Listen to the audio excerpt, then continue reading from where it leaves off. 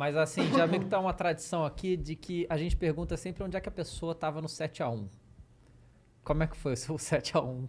Pô, eu tava na emissora. Tinha que fazer o programa central da Copa depois, Como é que cara. comenta Depois isso, ainda. né, cara? Meu Deus do céu, cara. Pra te falar a verdade, era o seguinte. Na hora do jogo, eu tava no hotel com o meu filho, com a minha esposa. E não acreditando em tudo que estava acontecendo, porque o jogo foi no Mineirão, eu não participei da equipe que fez aquela transmissão, e pós-jogo a gente tinha o Central da Copa, eu e o Thiago Leifert à noite. E cara, na hora que faz o 4x1, a gente começa a se ligar e fala, é surreal, não dá pra, é inacreditável o que está acontecendo. E aí a gente se encontra na TV e fala, como é que a gente vai fazer um programa depois de um 7x1, que é um programa alto astral, alegre? Foi um desafio, cara. Porque, acima de tudo, como brasileiro e eu como ex-atleta, cara, você tá muito machucado. Não tá tem alto muito astral chateado. num programa. Não existe, não existe. Mas deve imaginar como é que os jogadores estavam, né? Numa situação daquela ali, né? Cara, é surreal. Nunca mais vai acontecer. Se Deus Bate na quiser, madeira, se se Deus Deus quiser. quiser. Não, vai acontecer quando a gente fizer na Alemanha de novo, entendeu? A gente vai devolver, e em algum momento a gente vai devolver essa desgraça pra eles. Porque não é possível. Mas eu tava num hotel no Rio de Janeiro. E tu, tava onde que eu não sei? Tava em casa. Eu, minha mãe e meu irmão. Minha mãe chorava, desespero, foi... Tu tava no Mineirão? Nossa. Eu tava onde, cara? Acho que eu tava em casa também. Incrédulo. Eu lembro que a reação... Eu não tava sozinho, eu tava vendo o jogo com meu pai. Foi de... Como é que pode uma parada dessa? É o Brasil, tá ligado? Eu só lembro o Galvão falando, lá vem a Alemanha. Lá vem a Alemanha. Vou contar uma fofoca pra vocês.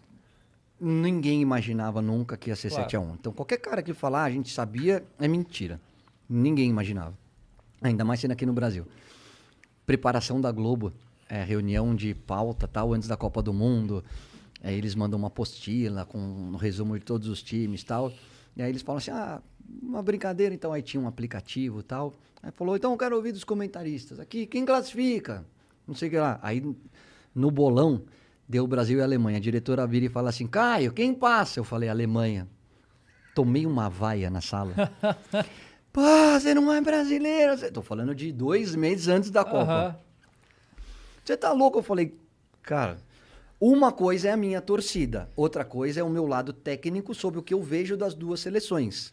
A Alemanha é mais forte. Agora, vou torcer loucamente. Break. Duvido. Não, vai ouvindo, vai ouvindo. Tu só falou que ia da Alemanha porque eles estavam jogando com a camisa do Mengão. Já teve essa, né? Já teve essa. Eu acho que eu nem sabia que eu não sei nem se tinha lançado já esse uniforme. Passa o tempo, tô no Rio de Janeiro, concentrado, Copa do Mundo, tal, no Brasil. Eu fazia os deslocamentos e voltava pro Rio. Então, vai pra Minas fazer jogo, vai pra Manaus fazer jogo e volta pra fazer o Central da Copa. Então era essa loucura. Faustão. Coincidentemente, foi o dia, a semana, né, a véspera do jogo, antevéspera do jogo de Brasil e Alemanha, foi quando o São Paulo anuncia o Kaká. E o Kaká é meu irmão, um dos meus melhores amigos, tal, e o Fausto liga e fala assim, Caio e Júnior, vocês podem fazer o Faustão? Pega um avião, vai para São Paulo, faz e volta porque tem que fazer jogo, tal. Eu falei, posso. E para falar isso que eu falei numa sala fechada no Faustão, chega uma hora o Fausto fala assim, Brasil e Alemanha. Palpite, eu quero o palpite dos meus comentaristas. Júnior. Puta merda. O Júnior vira e fala assim, não lembro, tá? Não lembro exatamente o que ele falou, mas foi, sei lá, 2x1 Brasil. Mas falou, Brasil vai ganhar. Foi você, Caio, eu falo. Dou minha opinião técnica ou como brasileiro? Saia justa. Eu confesso que eu pipoquei, tá? Eu virei e comecei a enrolar. Falei, acho a Alemanha muito forte, Fausto. É um time que tá jogando muita... Aí é diferente, porque aí você já tá analisando o campeonato inteiro. Era um domingo, não lembro se o Brasil foi segunda, terça ou quarta, não lembro o dia. Mas era assim, véspera ou antivéspera do jogo e tal. Aí eu virei e falei assim, cara, eu não posso pro Brasil inteiro sair como o cara que tá torcendo contra o Brasil. E não tava. Pô, sou brasileiro pra caramba, nunca torci contra. Falei, Fausto, vamos ganhar nos pênaltis. Aí ele falou, vamos nos pênaltis. Era o jeito que eu queria mostrar que eu achava que... Você acha o jogo dificílimo, a Alemanha é muito forte. Vamos levar pros pênaltis, vai ser nos pênaltis. Aí na hora que desligou o microfone, eu falei assim, maestro, acho que a gente ia perder, cara. Ele falou, Não, mas fez bem de não falar. Não fala. Não falei.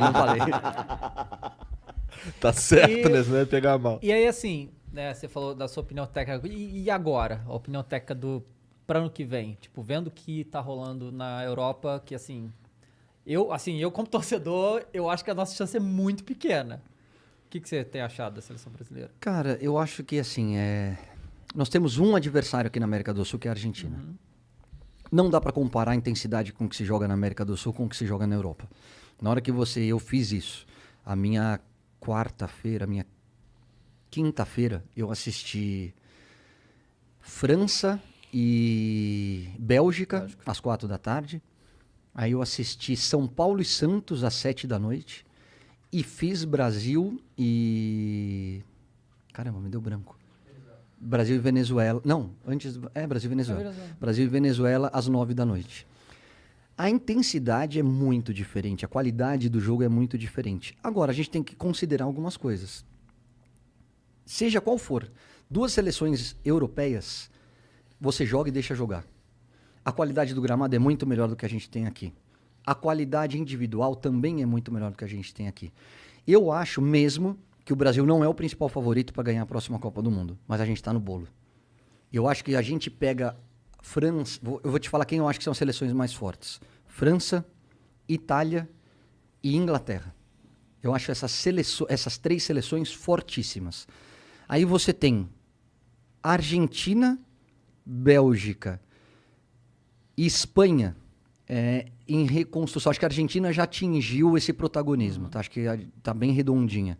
A Bélgica ainda depende muito, e foi a declaração do De Bruyne, ainda depende muito de De Bruyne e Lukaku, eles já estão mais velhos. E a Espanha vem com uma geração talentosa, talentosíssima, que esses moleques vão dar trabalho. Aí é do jogo, ver como é que encaixa, aí você tem que acompanhar um pouquinho do campeonato, né? Mas eu acho que hoje, e é uma discussão que eu tenho muito no Bem Amigos, e o pessoal não concorda comigo, hoje o Brasil joga contra qualquer seleção do mundo em condições de ganhar ou perder de qualquer seleção do mundo. Eu não acho que a gente seja favorito contra a Inglaterra, a França e a Itália, mas a gente joga de igual para igual com eles. E aí é o jogo. O que eu falo do jogo? Pega a Bélgica, que foi uma das grandes seleções da última Copa do Mundo. Cara, o primeiro tempo foi horroroso, eles meteram 2-0. O segundo tempo a gente amassou eles e podia ter acabado 2-2. Então, assim, a gente tem que encaixar o jogo perfeito? Tem, mas dá pra ganhar dos caras. E a gente depende do lado coletivo. E aí, analisando um pouquinho a seleção, acho que o Brasil abriu o leque, que era uma crítica que eu sempre fiz ao Tite. Foi, Tite, não fica refém de um sistema, não fica refém de um grupo de jogadores. Abre. Pô, olha a seleção olímpica, eu fiz a Olimpíada, a medalha de ouro. Eu falei, olha pro Arana, olha pro Matheus Cunha, olha pro Antony, olha pro Claudinho. Tem uns moleques muito bons aqui que vão te dar uma resposta na seleção de cima. Olha esse Rafinha, o que jogou nesses 3 jogos, gente. Jogou pra caramba. Quem tá acompanhando o Rafinha? Cara, a gente que é do futebol, tá. A gente sabe que ele é do Leeds, que já teve proposta pra sair do Leeds, e que o Leeds tá batendo o pé na multa e fala assim, United, Paris Saint-Germain, City, você quer Real Madrid, Barcelona? Paga a multa, senão você não vai tirar o moleque daqui, não. E tem que ser assim. Esse moleque vai chegar em time de ponta, porque ele joga muito, ele é abusado, ele vai pra dentro. O Antony tá jogando fora de posição. Ele joga na função do Rafinha, mas é talentoso pra caramba. Então tem um momento que você tem que parar de trabalhar só taticamente, que é o grande diferencial do Renato Gaúcho. O Renato Gaúcho não é melhor do que o Tite na parte tática, não é melhor nem que o Rogério Ceni na parte tática. Só que ele ganha os caras. O clima é leve e ele faz o seguinte, sem a bola, marca. Você, cada um num lugar, com a bola, se diverte. Isso não significa que não seja um time bem treinado, isso não significa... Mas assim, você vê o Gabigol, que é o 9, vindo buscar a bola no meio e o Arrascaeta infiltrando. Você vê o Bruno Henrique, que joga aberto, fazendo gol de centroavante. Na seleção é mais feijão com arroz, é o centroavante fazendo gol de centroavante, o cara da direita jogando na direita, o cara da esquerda... É o que a gente fala do jogo posicional e do jogo intuitivo. O Brasil tem que ser um pouquinho mais irresponsável com a bola. O Júnior fala, ele gosta dessa anarquia, dessa bagunça. Eu também. Eu acho que tem que ter um pouco mais de Flamengo no jogo do Brasil. O Tite está tentando soltar.